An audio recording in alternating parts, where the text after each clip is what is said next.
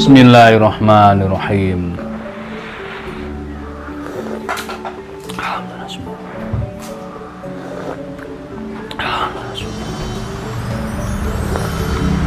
Alhamdulillah. Halo, assalamualaikum warahmatullahi wabarakatuh. Alhamdulillah, sahabat-sahabat GSN dimanapun Anda sedang berbahagia. Kali ini kita tampilkan golok sembelih yang cukup gede, full galih sonokeling, modelnya bulnos banget. Handle-nya seperti ini di sudut, boxinya dalam, dipin pakai dural tanpa simit miting, sehingga bisa diselipkan di ikat pinggang sebelah kanan maupun di sebelah kiri tanpa simit miting di sebelah sini. Kita lihat bilahnya, cara mencabutnya seperti ini, tetap konsisten dan refleks positif ya. Saya ulangi, untuk mencabut ya, pertama membawa, dari mulai membawanya bisa diselipkan di ikat pinggang ataupun di sepatu boot ya, di sepatu boot. Maka sepatu boot itu ya, sepatu boot itu ketika kita pakai itu banyak fungsinya, bisa dibuat menyimpan pisau ataupun golok, bisa buat menyimpan stropping, sharpening dan sebagainya. Sepatu boot ya. Untuk golok sendiri bisa diselipkan di ikat pinggang ataupun di sepatu boot. Lalu mencabutnya tidak dari bawah. Kalau ditaruh di sepatu boot, mencabutnya tidak dari bawah dicabut begini, tidak, tapi diangkat semuanya. Selalu saya sampaikan, dan kenyataannya pada waktu praktek sahabat-sahabat GSN ini yang pemula, masih baru, juga belum bisa refleks positif. Ini dicabut semuanya, meskipun diikat pinggang tidak ditarik dari sini, tidak, tapi dicabut semuanya begini, lalu dipegang handle-nya dengan tangan kanan, diputar, ini diputar, tangan kirinya diputar seret begini, tidak digenggam, tidak mencabut begini, tidak mencabutnya begini, apalagi menghadap ke sini mencabutnya begini, tidak, itu salah semuanya. Yang benar adalah memegangnya begini. Ini sering saya sampaikan dan terus-terus saya sampaikan supaya sahabat GSN ini menjadi refleks positif. Sama halnya ketika mengecek ketajaman. Nah ini, mengecek ketajaman memang sih darurat, dan kebanyakan orang-orang dulu itu mengetesnya dengan dikerokkan di kepala, itu kurang bagus, kurang tepat, kurang safety. Terus dikerokkan di bulu tangan, bulu kaki, di kuku, itu semuanya kurang safety. Jadi tetap, saya ke RPH pun membawa kertas HVS ditaruh di tas, jadi tetap mengetesnya dengan kertas gitu, di stropping. Selesai pakai di stropping, selesai menyembelih meskipun satu ekor tetap di stropping, meskipun baja premium, golok super premium tetap di stropping. Jadi ketajamannya, performanya akan tetap terus, dan ketika kita pakai beberapa ekor sapi dalam satu malam itu terus ketajamannya tetap terjaga seperti itu. Jadi dicabut semuanya, pegang tangan kanan, putar tangan kirinya, dicabut, tidak menggenggam, begini megangnya, ditekan punggung bilahnya. Orang kebanyakan orang jadul ya, mohon maaf, orang lama, jadi kita sharing-sharing berbagai ilmu. Kalau Anda orang bijak pasti akan menerima masukan, meskipun yang menyampaikan orang lain ataupun anak lebih muda daripada kita. Tidak harus dari yang tua ilmu itu, tapi dari yang muda. Ketika itu yang disampaikan bijak, maka kita harus menerimanya sebagai respon positif dan akan menjadi lebih baik ke depannya, seperti itu. Refleksnya kalau orang tua pasti mengeceknya begini, diraba, itu salah. Apalagi material yang dipakai baja-baja bekas, nanti akan menjadikan spot karat, karena tangan kita ini ada keringat, ada zat asam yang menjadikan sidik jari, sehingga ada tipis-tipis spot bekas sidik jari itu menjadikan spot korosi dan karatan. Jadi bagaimana? Ya tetap kita teskan di kertas ataupun tisu. Kalau belum bisa tisu ya di kertas cukup. Itu katanya kurang marem, padahal di kertas itu tidak bisa menipu ya. Kalau dengan jari diraba, apalagi tidak melihat, hanya merasakan dengan sentuhan kulit jari kita, itu microchipping tidak akan terdeteksi. Tapi kalau di kertas, sekali lagi di kertas digesekkan pelan, sekecil apapun ada microchipping dia akan terhenti atau bunyinya berbeda. Nah itu sama halnya dengan diteskan di rambut. Ini salah. Di rambut ini yang katanya kalau masih licin belum tajam, kalau sudah berhenti tajam, itu juga akan tidak bisa mendeteksi rolling ataupun chipping. Nah di situ, apalagi di kuku dan sebagainya. Jadi tetap kita, kalau ada yang baik kenapa cari yang kurang baik, seperti itulah intinya. Jadi jangan terlalu fanatik dengan ini itu. Wah, kebiasaan sudah lama. Ya kebiasaan, kalau kebiasaan kurang baik bagaimana? Seperti itulah.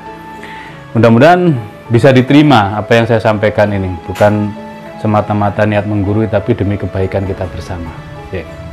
Lanjut, setelah itu membawanya ditekuk begini, membawa ditekuk, mata bilah menghadap ke kita begini, santai, rileks, gini aja megangnya gini, atau begini, enak ini digenggam gini, tidak kaku tapi rileks, santai gitu.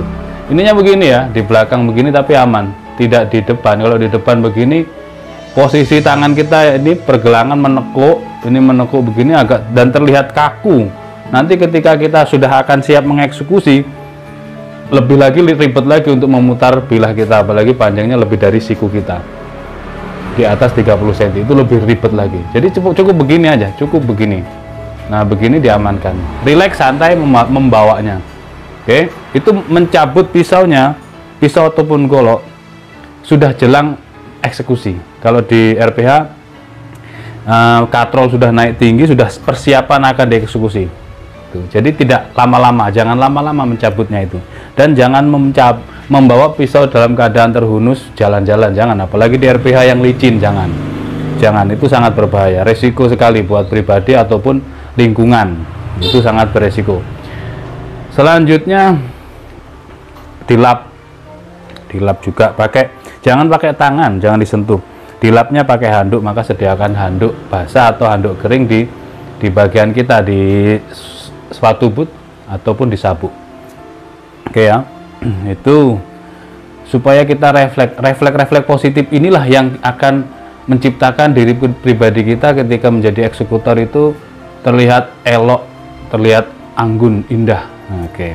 Sama halnya ketika kita mengeksekusi ya, bismillahi Allahu Akbar, bismillahi turun, wallahu akbar atau Allahu Akbar penyempurnaan. Itu. Jangan bismillahi Allahu Akbar baru dieksekusi, itu kan kurang pas, kurang indah, walaupun sah. Meskipun tidak berucap bismillahi Allahu Akbar juga sah, karena kita muslim, kita mukmin. Itu. Tapi itu dalil Gus Bahak yang menyampaikannya, Gus Bahak dari mazhab Syafi'i, bahwasanya meskipun tidak mengucap bismillah Allahu Akbar tetap halal, sah sembelihannya. Tapi itu syiar kita sebagai eksekutor, sebagai juru sembelih halal atau juleha. Jadi saat turun ketika dorik ini ya, jet ya, set lep, saat turun pegang gelambir, turun ke bawah, sempurnakan ke arah kita itu bismillahi wallahu akbar. Oke, seperti itu. Atau tarik murni gitu. Nah, ada yang komen, wah Ustaz, sembelihannya kayak Mbah Mudin dong, jangan dorik terus gitu kan. Saya lebih menjaga julukan yang diberikan oleh sahabat-sahabat GSN kepada saya, Master Dorik gitu ya. Bukan sombong sih, Master Dorik. Jadi saya kepingin tarik murni kayak dulu ataupun dorong murni, lebih nyaman dorik dan lebih senang ketika orang itu senang melihat dorik saya seperti itu. Maka dijuluki Master Dorik seperti itu. Jadi kalau dilihatnya misalkan ya sama melihat yang lain itu menyembelihnya tarik murni mulu, nggak bisa dorik kah atau dorong kah misalkan, ya sama ke Mbah Mudin juga demikian. Jadi hal-hal seperti itu tanda kutip mohon jangan diulangi lagi lah. Kalau ada orang berkomentar sembelihannya dorik mulu gitu, emang terus gimana kan gitu kan. Jadi lebih bijak, cari referensi sembelihan yang lain, itu bisa ada gitu. Nah, kalau semakin kita menguasai satu teknik, maka kita akan bisa akselerasi yang indah, dorong tarik atau dorong seret ini. Ada yang saya peragakan dorong murni gitu, tapi genggamannya seperti ini gitu. Tarik murni juga ada seperti itu. Mungkin orang yang berkomentar seperti itu belum bergabung di grup sahabat GSN, belum melihat video-video yang lain, sehingga gampang aja berkomentar. Malah justru sebaliknya atau seharusnya yang berkomentar ini, sudahkah bisa menyembelih seperti itu gitu kan. Padahal kita di sini bukan niat untuk pamer, malah kita untuk merangkul seluruh masyarakat luas yang berkiprah di Idul Kurban, yang merasa sembelihannya belum bagus, masih lama, masih lambat, masih ada kendala ini itu, hanya di sembelihan saja. Itu malah kita ajak, ayo sini, ayo ke sini, berlatih, belajar bersama-sama seperti itu. Ya, biar menjadi pemahaman. Oke, ini baja wilis sih. Modelnya seperti ini, Bunos. Satin serat baja tanpa mesin, stok removal. Cakep banget, cuman satu. Baja wilis Gen 2 untuk panjang bilahnya 35 cm, panjang bilah 35 cm dan terlebarnya 3,8 lebar di bagian pulnosnya sini, dan ketebalannya 4 mili, rapi, presisi banget. Ini bisa untuk sembelihan gaya dorong murni, dorong pro seperti ini, ditekan, jarinya merapat, tempel di punggung bilah bagian pangkal, teruskan, jangan di ujung meskipun logikanya lebih kuat di ujung. Ini bahaya, ketika sudah kebuka maka darah akan menyembur ke bilah dan tangan kita, kan menjadikan licin gitu. Menjadikan licin dan berbahaya, apalagi belum tenang pembawaannya, masih panik, tegang, nervous dan lain sebagainya, itu nanti akan berbahaya. Jadi di pangkal dan jarinya merapat, itu seperti itu. Terus bisa juga dorik, dorong tarik, ataupun dorong ke bawah. Ini panjang cukup. Kalau sudah menguasai, sekali lagi menguasai satu teknik sembelihan, maka diberikan pisau ataupun golok ukuran berapapun, model apapun, insya Allah, material baja apapun, insya Allah akan menguasai dan bisa gitu ya. Kita teskan di tisu tanpa rikaso. Jadi meskipun panjang seperti ini dibuat gaya dorik, apakah bisa? Bisa. Nih, tajamnya halus lembut banget. Untuk baja wilis tetap menjadi primadona karena tajamnya empuk, halus, lembut. Di kalangan kelompok baja-baja bekas ini ada perdelman cap mata yang tajamnya greges, ada baja wilis yang tajamnya empuk, halus, lembut seperti ini. Tidak ngoyo, dan diusahakan sembelihannya itu rapi, tidak banyak gerakan tapi cepat, terus tidak ngebentur tulang. Kalau ngebentur tulang, nanti misalkan kita dapat job nih di Idul Kurban 10 ekor sapi, baru dapat 1 ekor, tapi pas itu pertamanya terlalu bersemangat, bilahnya sangat tajam, nariknya semangat, tarik gitu, sudah putus tapi masih dihentakkan saja, maka yang sangat disayangkan nanti bilahnya, karena kalau bilah itu sudah flat banget, rawan chipping gitu ya. Ketajaman di selis tisu, maka dia di kertas pun seperti ini, sangat halus, dikelok-kelokkan. Misalkan di kresek, orang kadang masih kurang percaya, ya di tisu empuk gampang umpamanya, coba di kresek, sama saja, di kresek juga demikian. Di tisu itu malah level tertinggi gitu ya. Kalau tisu sudah halus, maka di media apapun dia lebih gampang, lebih empuk. Saya rasakan ketika ketajamannya selis tisu, maka dipakai menyembelihnya itu gampang, empuk banget gitu dipakai menyembelih. Tesnya kan langsung di sapi gitu ya, jadi tahu rasanya. Tapi ketika bilahnya sama, cuman ketajamannya berkurang dan diteskan tidak lulus di tisu, tidak lolos, hanya di kertas halus, saya coba itu sangat ngoyo, meskipun berhasil tapi ngoyo, terlihat ngoyo sekali. Oke, seperti itu mungkin celoteh dan reviewnya daripada golok sembelih panjang model Bullnose 35 cm, material baja Willis. Ada kurang dan lebihnya mohon dimaafkan, ada salah-salah kata mohon dimaafkan. Akhiran wa assalamualaikum warahmatullahi wabarakatuh.